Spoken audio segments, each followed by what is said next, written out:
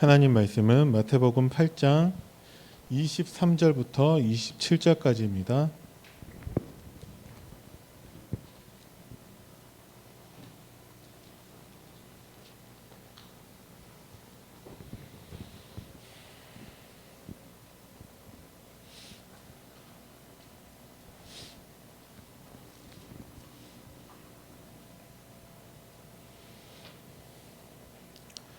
마태복음 8장 23절부터 27절까지 말씀 우리 천천히 합독하겠습니다.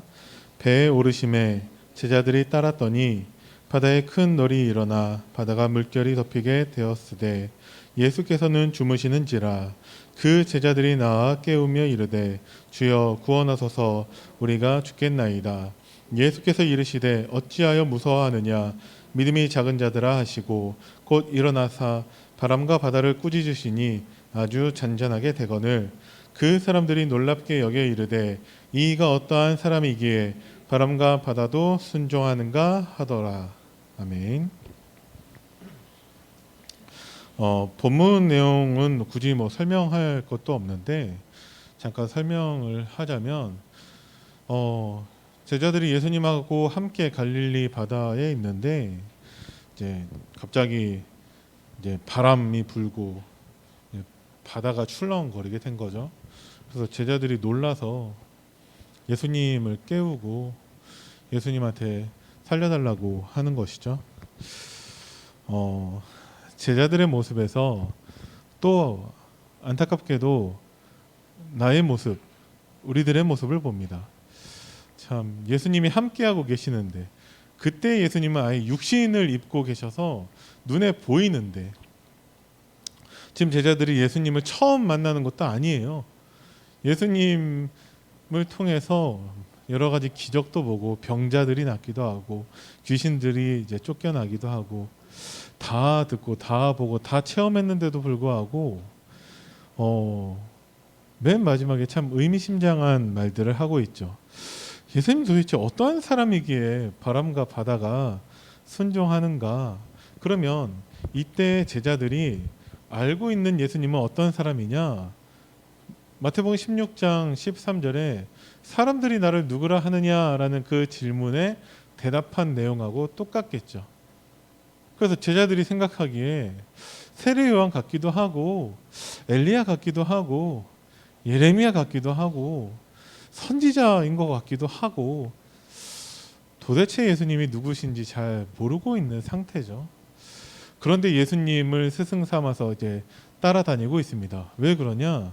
제자들의 의지가 아니라 예수님이 원하시는 자들을 부르셨죠. 왜? 함께 하시면서 그 제자들에게 다 보여주시고 가르치시고 훈련시키고 계십니다. 언제까지 그럼 제자들은 이런 모습을 계속해서 보이냐?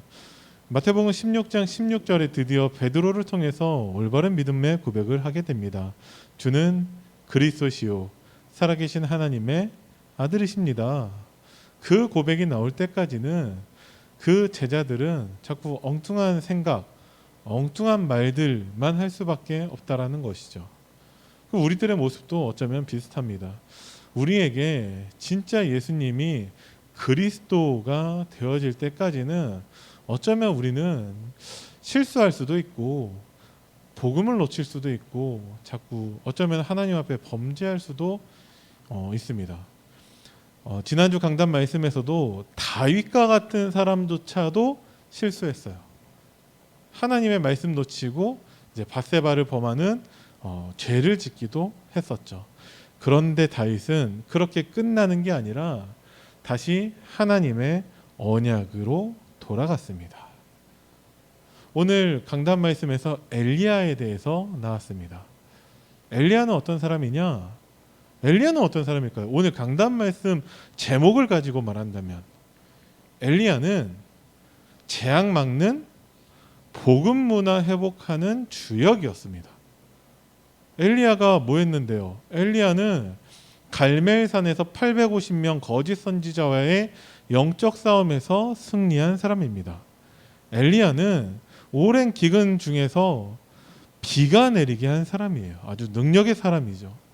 엘리야는 하나님으로부터 호렙산에서 언약을 받은 사람입니다. 그 언약이 다 성취가 되었죠. 자, 엘리야는 어떤 사람이냐? 엘리야는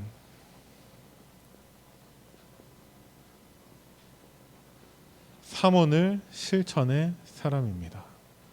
우리가 엘리야의 업적이라고 정리할 수 있는데, 제가 방금 말씀드렸던 그런 내용들의 엘리야를 우리가 그런 내용들로만 엘리야를 알 수가 있어요. 그렇게 엘리야를 제가 제대로 표현을 못하고 있는데, 엘리야는 어떤 사람이냐? 엘리야는 능력의 사람입니다. 엘리야는 어떤 사람이냐? 엘리야는 영적 싸움에 승리한 사람입니다. 엘리야는 어떤 사람이냐? 호렙산의 그 언약을 다 성취한 사람입니다 라고 착각할 수 있겠죠. 엘리야는 어떤 사람이냐?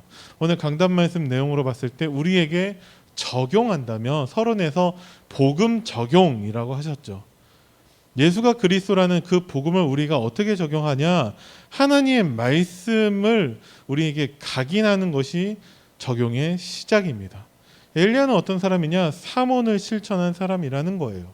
오늘 강단 말씀 본문의 열왕기상 18장 1절에서 하나님의 말씀이 엘리야에게 임했다라는 것입니다. 그게 가장 중요하죠. 엘리야는 그 말씀을 나의 오늘의 말씀으로 붙잡은 사람이에요. 엘리야는 어떤 사람이냐? 본론 1대지에서 그는 기도의 사람이라고 말씀하셨습니다. 날마다 하나님께 문제 왔을 때 하나님께 기도하는 기도의 사람이었어요.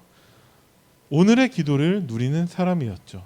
그리고 그 엘리야를 통해서 하나님은 하나님의 언약을 그대로 성취하셨습니다. 하나님의 언약 성취의 증거를 가진 증인이었고 오늘의 전도의 축복을 누린 사람이었습니다. 엘리야는 삼원을 실천한 사람이에요. 여러분들이 그렇게 정리하시면 됩니다. 왜? 이번 주 강단 말씀에서 우리에게 삼원의 실천을 반복해서 강조하셨기 때문에 그렇다라는 것이죠. 문화라는 것은 무엇이냐? 우리의 삶을 얘기하고 있어요. 어떤 사람이 매일 밥을 먹습니다. 매일 잠을 잡니다. 매일 양치도 하고 매일 TV도 보고, 이거는 그런데 누구나 다 하고 있는 거예요. 그런데 어떤 사람은 하루 종일 스케이트를 탑니다. 누구냐? 지금 이제 베이징 올림픽도 이제 끝났다고 하는데 거기에서 쇼트트랙이라든지 스피드 스케이팅이라든지 그렇게 우리나라 국가대표인 사람들은 밥 먹고 잠도 자고 이렇게 TV도 볼 수 있겠죠. 인터넷을 할 수도 있겠죠. 그런데 그 사람은 하루 종일 그런 거 빼고는 스케이트만 타고 있다라는 거예요. 그 사람의 삶은, 그 문화는 대표적으로 스케이트 타는 거라고 할 수 있겠죠. 그게 문화라는 거예요. 어떤 사람의 일과는 밥도 먹고 화장실도 가고 잠도 자고 친구랑 통화도 하고 다 하는데 하루 종일 컴퓨터 게임만 합니다. 누구냐? 우리나라에서 전 세계적으로 굉장히 유명한 프로게이머들이 굉장히 많이 있어요. 그 사람들이 하루 종일 게임한다고 좋은 것처럼 보이지만 하루에 열 몇 시간을 똑같은 게임을 계속합니다. 그게 별로 행복해 보이지 않아요. 그 사람들이 가지고 있는 질병이 어깨와 손목과 이런 곳에 병이, 프로야구 선수들이나 가지고 있을 만한 그런 부상들이 있다라고 합니다. 왜냐하면 컴퓨터 마우스를 계속 만져야 되고 하루에 열 몇 시간을 계속 그렇게 해야 되니까, 계속 의자에 앉아서 있기 때문에 디스크도 있다라고 하고 있어요. 그 사람들의 문화는 무엇이냐? 그 컴퓨터 게임 하는 것이죠. 그런데 그 사람들도 밥 먹고 잠자고 다 한다니까요. 그런데 그 사람들에게만 유달리 드러나는 모습이 컴퓨터 게임 하는 것입니다.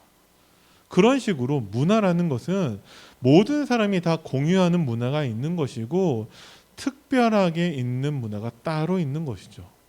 자, 그러면 흑암 문화는 무엇이고 복음 문화는 무엇입니까? 복음 문화라고 해서 우리가 밥도 안 먹고 회사도 안 가고 TV도 안 보고 하는 게 복음 문화라고 할 수 있을까요? 그건 아니겠죠. 왜? 그건 누구나 다 하고 있는 것들이에요. 그걸 해라 하지 마라 이거는 말이 안 되죠. 아무리 복음에 충만한 사람이라 할지라도 지금은 다 핸드폰 갖고 있어요. 복음 충만한 사람이라 할지라도 다 자동차 타고 운전하고 다니고 다 뭐 인터넷 보고 다 하고 있어요. 그게 특별한 내용이 아니다라는 것이죠. 먼저 흑암 문화에 대해서 우리가 정리를 한다면 복음 없으면 다 흑암 문화예요. 똑같이 밥을 먹습니다. 한 테이블에서 똑같이 두 사람이 이제 밥을 먹는데 똑같은 메뉴를 가지고 똑같은 장소에서 똑같은 시간 같이 밥을 먹는다 할지라도 복음 가진 사람이 진지 드시는 거하고 복음 없는 사람이 밥 처먹는 거하고는 다르다라는 것이죠. 똑같은 걸 먹는다 할지라도. 어떻게 다르냐? 복음이 없기 때문에 이 사람은 흑암 문화 속에 있는 것이고 복음 가지고 있는 사람은 복음 문화 속에 있는 거예요. 그런데 복음 문화라고 하는 사람의 다른 그 흑암 문화 사람하고는 다른 복음 문화 내용이 있겠죠. 그게 뭐냐? 사모늘이라는 거예요. 그렇게 단정지어서 말씀하실 수 있습니까? 네. 오늘 강단에서 사모늘이 반복해서 강조되었기 때문에 그렇습니다. 복음을 누리시면 됩니다. 어떻게 누려야 되냐? 사모늘 실천으로 누리는 거예요. 그죠? 그러니까 이번 주 강단 말씀 선포되어서 각자 다 나에게 맞는 말씀을 붙잡겠지만 그런데 하나님이 반복해서 강조하신 그 내용을 실천하지 않고 순종하지 않는다면 과연 그 사람이 복음 누림이 되고 그 사람을 통해서 복음 문화가 회복이 되겠는가라는 것은 여러분들이 생각해 보시기 바랍니다. 우리가 다 알고 있어요. 알고 있는데 나의 것으로 누리지 못하고 있는 게 흑암 문화입니다. 다 알아요. 예수가 그리스도라는 거 다 알아요. 여호수아가 네 발바닥으로 밟는 것은 다 너에게 주었노니 했는데 그걸 알아요. 근데 한 발자국도 가나안 땅으로 내딛지 않는다라면은 여호수아는 흑암 문화 속에 있는 것입니다. 그렇죠? 자, 하나님이 우리에게 주신 복음을 누려야 되는데 복음을 누림으로 복음 문화를 회복하게 하실 거예요. 엘리야를 복음 문화 회복의 주역으로 부르셨지만 마찬가지로 우리도 복음 문화 회복의 주역으로 부르셨다라는 것이죠. 사모의 실천을 통해서 실제 나의 삶 속에서 복음 문화라는 것이 있기를 하나님이 원하시는 거예요. 자, 요셉에 대해서 어제 유 목사님이 그렇게 말씀하셨습니다. 요셉은 답을 가지고 있었지만 길이 되지는 못했다라고 말씀을 하셨어요. 그 복음으로 그 바로왕 앞에서 보디발 앞에서 하나님 살아계심을 나타내었죠. 그런데 요셉 사후에는 요셉을 알지 못하는 바로왕이 들어서서 이스라엘 백성들은 노예가 됩니다. 근데 그 길을 뭐라고 말씀하셨냐? 성전 건축을 하지 않았다라는 것으로 말씀을 하셨거든요. 복음 문화라는 것이죠. 우리가 실제로 복음을 다 알고 있는데 내 삶 속에서 한 가지라도 복음 문화로서 후대에게 길이 되지 못한다면 여전히 우리도 흑암 문화 속에 있는 건지도 모릅니다. 그래서 여러분들이 실제 나의 삶 속에서 흑암 문화가 복음 문화로 바뀌는 그 응답을 체험하는 한 주가 되기를 바랍니다. 어떻게 하면 되냐? 오직 그리스도의 언약을 붙잡으면 돼요.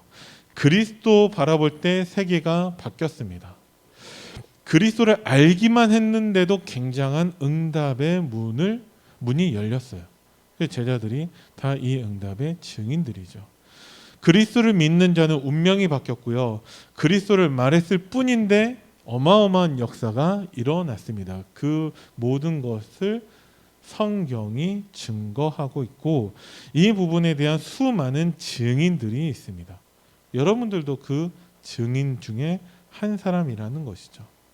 자, 그러면 우리가 오직 그리스도를 알고 있는데도 불구하고 왜 우리의 신앙생활이 자꾸 불안에 빠지고 있고 염려와 걱정에 빠지고 있냐? 실제로 복음 누림이 안 되고 있냐? 우리가 복음을 누린다라는 것은 나와 함께 하시는 하나님을 누리는 것입니다. 왜 내가 하나님과 함께하는 것을 누리게 되었습니까? 그것을 그리스도께서 성취하시고 완성하셨기 때문에 그렇습니다.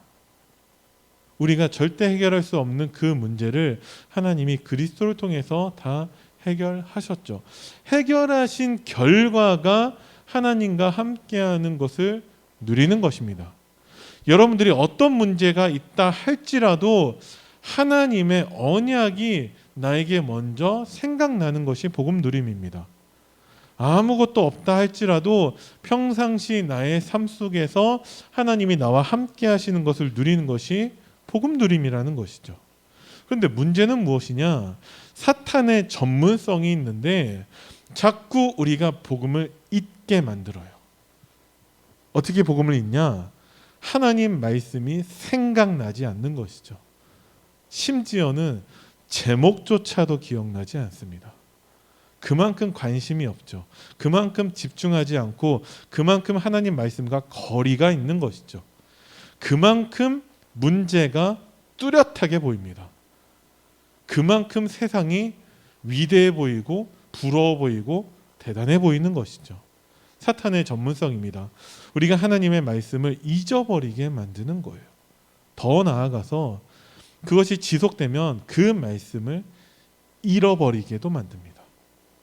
그래서 결국은 불신자 상태까지도 만든다라는 거예요, 우리를. 그래서 우리는 하나님 말씀에 집중해야 되는 것이죠.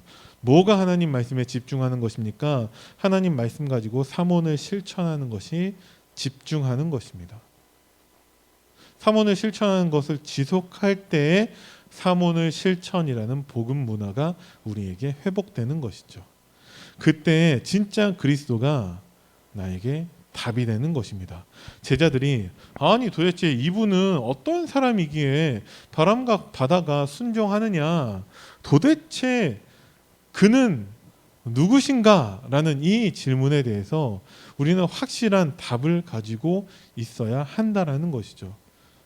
예수님은 그리스도시고 살아계신 하나님의 아들이십니다. 더 쉽게 얘기하면 모든 문제 해결자이십니다. 그럼 아무것도 걱정하지 말아야죠. 그러면 아무것도 문제되지 말아야죠. 왜? 그리스도시니까 모든 문제 해결자이시고 그분이 지금 나와 함께하고 계시니까 아무것도 염려하지 말아야죠. 염려하고 있다면 아직 그분이 어떤 분이신지 모르는 것입니다. 지식으로는 알고 있는데 마태복음 16장 16절을 다 외우고 있는데도 불구하고 그가 어떤 분이신지 모르는 것이죠. 예수님은 성경에 예언되어 있었어요. 그분의 탄생과 태어날 그 장소와 말구유에 태어나실 것까지도 그 성경에 다 예언되어 있었습니다. 어디 예언되어 있었죠? 이사야서 7장 14절에 예언하셨어요. 근데 그 이사야는 예수님 태어나시기 전 700년 전 사람입니다. 근데 예수님 태어날 게 성경에 예언되어 있었죠. 이거는 창세기 3장 15절에 5절부터 하나님이 약속하신 내용입니다. 그죠? 그가 태어날 장소는 미가서 5장 2절에 베들레헴 에브라다에서 태어날 것이 성경에서 약속되어져 있죠. 말구유에 태어나겠다라는 게 예언된 게 아니라 이사야서 53장 2절과 2절에서 3절에서 예수님이 참 세상에서 보기에 볼품없고 아름답지 못한 모습으로 우리에게 오실 것이 약속되어 있죠. 영화나 만화나 예수님을 나타낸 그런 미디어 그런 걸 보면은 예수님이 생각보다 되게 잘생긴 사람으로 나오는데 실제로는 예수님 굉장히 추남이라고 합니다. 그러니까 인간의 눈에 보기에 뭐 흠모할 만한 게 전혀 없는 모습으로 우리에게 오신 분이에요. 그게 대표적으로 말구유라는 데에서 태어나게 하신 거죠. 아니 메시아는 당연히 왕으로 오실 것을 기대했는데 말도 되지 않게 말구유에 태어나셨다라는 거예요. 우리가 복음 안에서 세상 것을 조금이라도 바란다면 뭐가 안 되냐? 오직 그리스도가 안 되는 것입니다. 세상 것이 필요 없다는 것이 아니라 우선순위를 말하고 있는 것이죠. 참 답답한 게 우선순위가 정확하지 않은 사람에게 이것을 말하는 게 참 쉽지가 않아요. 왜냐하면 못 알아듣기 때문에 그렇습니다. 본인은 오직 그리스도 하고 있다라고 생각을 하고 있어요. 한 손에는 오직 그리스도인데 한 손에는 다른 것 가지고 있거든요. 그게 다른 사람 눈에는 보이는데 본인 눈에는 안 보일 때가 많아요. 한 손에는 그리스도 잡고 있는데 한 손에는 자식 걱정하고 있는 사람들 굉장히 많이 있습니다. 한 손에는 그리스도 붙잡고 있는데 다른 한 손에는 내 건강 걱정하고 있는 사람들 많이 있어요. 아무것도 염려하지 마시기 바랍니다. 오직 그리스도를 붙잡았다면. 예수님은 심지어는 십자가 죽으심과 부활하심까지도 성경에 기록되어 있습니다. 고린도 전서 15장 3, 4절에 성경대로 죽으시고 성경대로 살아나실 것을 예언되어 있었죠. 그래서 그렇게 예언돼서 오셔가지고 뭐 하셨냐? 우리 인간이 절대 해결할 수 없는 문제 3가지를 해결하셨습니다. 그것은 재앙이고 사탄이고 지옥 배경입니다. 이 문제의 특징은 지금도 여전히 계속되고 있다라는 거예요. 우리나라에만 있는 문제면 좋겠는데 전 세계에 동일하게 있는 문제입니다. 사탄 문제, 하나님 떠난 문제, 죄 문제인 것이죠. 이게 눈에라도 보이면 피하겠는데 눈에 보이지 않죠. 다른 방법으로는 절대 해결할 수 없는 것이 이 문제의 특징입니다. 이 문제 어떻게 해결해야 되냐? 오직 예수님을 그리스도로 믿고 영접할 때에만 이 문제를 해결할 수 있습니다. 그래서 여러분들이 구원받은 하나님의 자녀가 된 것이죠. 그러면 구원받은 하나님 자녀의 축복을 누리시기 바랍니다. 그게 무엇이냐? 복음 문화 회복이라는 거예요. 구원받기 전에는 가정에서 갈등도 있고 싸움도 있고 막 그 가정이 행복하지 않고 했는데 내가 구원받아서 하나님 자녀가 되었다면 그 가정에서 복음 문화가 회복이 되어야 한다는 것이죠. 아니 내가 복음 문화를 어떻게 회복합니까? 3원을 실천하시기 바랍니다. 매일 하나님 나에게 주신 오늘의 말씀 붙잡고 오늘의 기도를 누리면 하나님이 증거를 주신다고 약속하셨어요. 그것을 지속하시기만 하면 됩니다. 그러면서 내가 할 수 있는 복음 문화를 하나씩 조금씩 누리시기 바랍니다. 왜? 증인이니까. 그것만 하시면 됩니다. 자, 이 문제를 사탄은 어떻게 우리에게 또 적용시키냐? 복음을 잊어버리게 만들고 복음을 잃어버리게 만든다라는 것이죠. 그래서 우리가 오늘도 내일도 매일 하나님 말씀에 집중할 이유가 있는 것이죠. 그 자체로 사탄과의 영적 싸움이 되는 것입니다. 자, 예수님은 어떤 분이시냐? 예수님은 하나님이세요. 빌립보서 2장 6절에 그는 근본 하나님의 본체시라고 되어 있었어요. 요한복음 8장 58절에 아브라함보다 먼저 있다라고 했습니다. 요한복음 10장 30절에 하나님과 나는 하나라고 말씀을 하셨어요. 그래서 마가복음 28장 19, 20절에 아버지와 아들과 성령의 이름으로 세례를 베풀라고 말씀을 하셨습니다. 마지막 장단 예수님께서 감람산에서 제자들을 따로 불러서 40일 동안 집중하시고 주신 말씀이 정리하면 그리스도 하나님 나라 오직 성령이라는 것이죠. 하나님은 처음부터 한 분이셨고 또한 함께 계셨습니다. 가장 대표적으로 요한복음 1장 1절을 보면 우리가 더 자세히 알 수 있죠. 태초에 말씀이 계셨습니다. 그 말씀이 하나님과 함께 계셨어요. 근데 그 말씀이 14절에 육신을 입고서 우리에게 오신 분이 예수님이시죠. 그래서 말씀이 곧 하나님이라고 성경은 분명히 드러내고 있습니다. 예수님은 원래 하나님이세요. 아브라함보다 먼저 있었다. 태초에 말씀이 계셨으니까 당연한 것이죠. 그래서 우리는 그 말씀을 집중해야 됩니다. 아버지와 아들과 성령의 이름으로 라는 것은 지금도 하나님은 우리에게 말씀을 주고 계시고 지금도 예수님은 우리를 구원하고 계시고 지금도 성령은 능력으로 역사하고 계신다라는 거예요. 그것을 우리가 말씀을 통해서 집중해야 된다라는 것이죠. 그게 삼오늘입니다. 오늘의 말씀, 오늘의 기도, 오늘의 전도의 축복을 누리면 성삼위 하나님께서 보좌의 축복으로 나와 함께 하는 것을 우리가 지식으로 아는 게 아니라 실제 나의 삶 속에서 누릴 수 있다라는 거예요. 내 생각보다 복음이 앞서 나가게 되고 내 감정이나 내 상태보다 복음이 먼저 앞서가게 됩니다.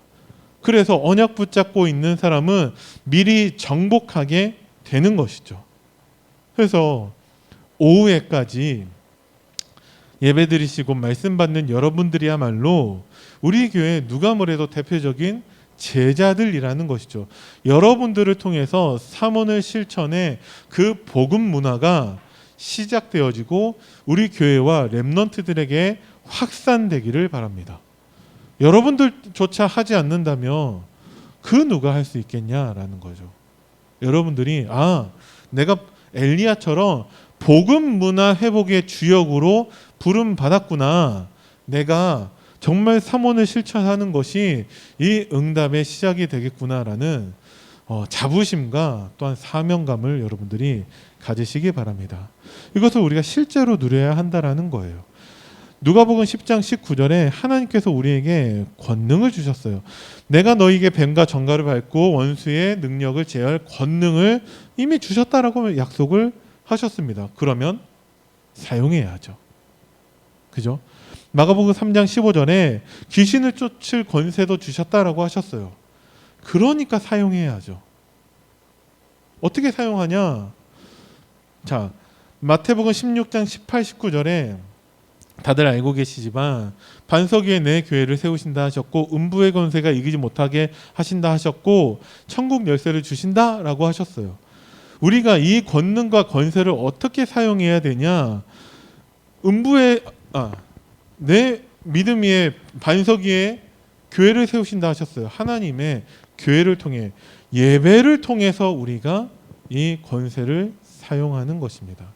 예배를 드리라는 얘기냐? 예배를 드려야죠. 여러분들이 예배 못 오신다라고 한다면 내가 있는 현장에서 예배의 축복을 누리시기 바랍니다. 그건 또 갑자기 어떻게 하라는 겁니까? 매일 삼오늘을 실천하시면 됩니다. 그 시간이 하나님께 누구보다도 누가 뭐래도 최고의 예배의 축복을 누리는 시간이 될 거예요. 사탄이 기를 쓰고 이것만 막겠죠. 여러분들이 복음을 누릴 수 있는 유일한 방법이 삼오늘이라는 거예요. 왜? 강단 말씀에서 그렇게 말씀하셨으니까. 그죠?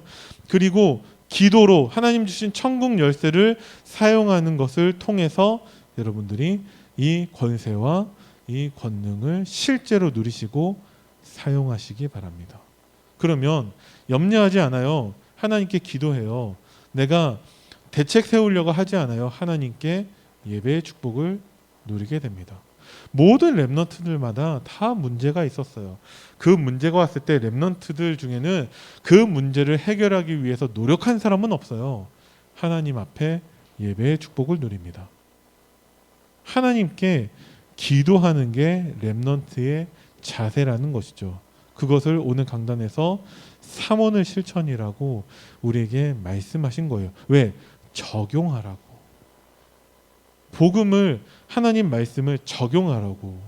그래서 삼원의 실천을 통해 여러분들에게 주신 신분과 권세를 누리시면 됩니다. 신분을 누리는 기도. 난 삼원을 잘 못하겠습니다. 신분을 누리는 기도만 하셔도 됩니다. 권세를 사용하는 기도만 하셔도 됩니다. 여러분들을 괴롭히고 힘들게 하는 사람이 있다면 권세를 사용하는 기도를 통해서 하나님이 그 사람을 해결할 수 있도록 여러분들이 하시면 됩니다. 하나님이 하시는 게 확실하고 빠르고 안전해요. 아무리 여러분들이 성내봤자 아무 소용이 없어요. 그럼 더 큰 문제만 생기게 되어지죠. 신분과 권세를 누리는 기도를 삼원을 통해서 꼭 여러분들이 순종하시고 실천하시고 누리시기 바랍니다.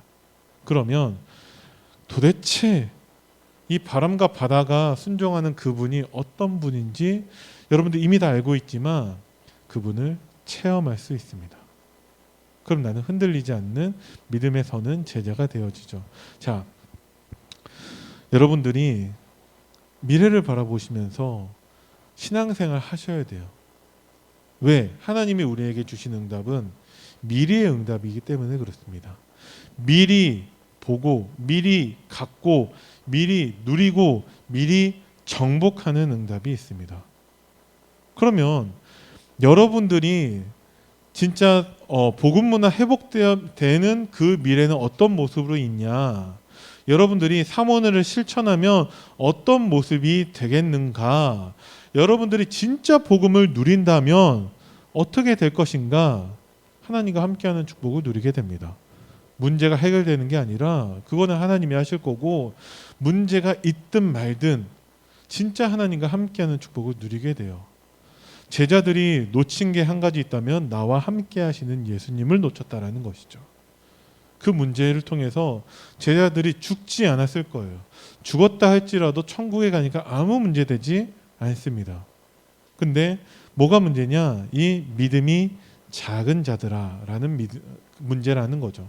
그래서 함께 있는데도 누리지 못합니다. 말씀에서 분명히 우리에게 선포되었는데도 순종하지 않고 실천하지 못합니다. 왜? 힘이 없어서, 왜? 믿음이 없어서 그렇다라는 것이죠.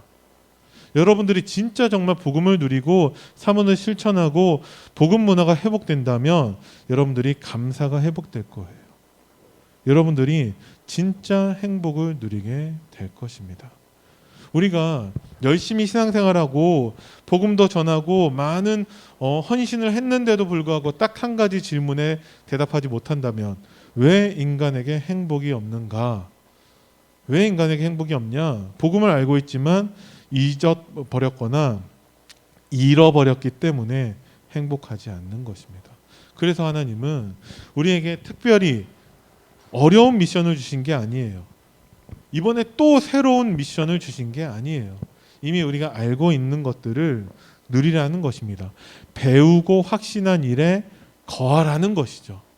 그래서 진짜 이번에 말씀을 근거로 나 자신과 우리 가정과 우리 교회에 정말 복음 문화 회복이 되어지는 것을 통해 나아가 이 부여와 전 세계에 복음 문화 회복되는 그 응답의 시작이 되기를 바랍니다.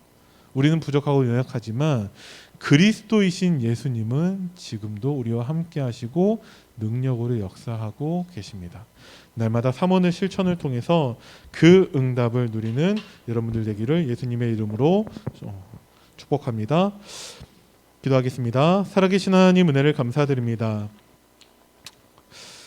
그리스도 되신 예수님께서 지금도 성령으로 우리와 함께 하시고 말씀으로 인도하시고 말씀을 성취하고 계심을 믿습니다. 날마다 그리스도를 누리게 하시고 하나님 자녀의 신분과 권세를 누리게 하시고 삼원의 실천을 통해서 복음 문화가 회복되어지는 우리 안디옥교회 모든 성도님들 되게 하옵소서. 감사를 드리며 우리 주 예수 그리스도 이름으로 기도드립니다. 아멘.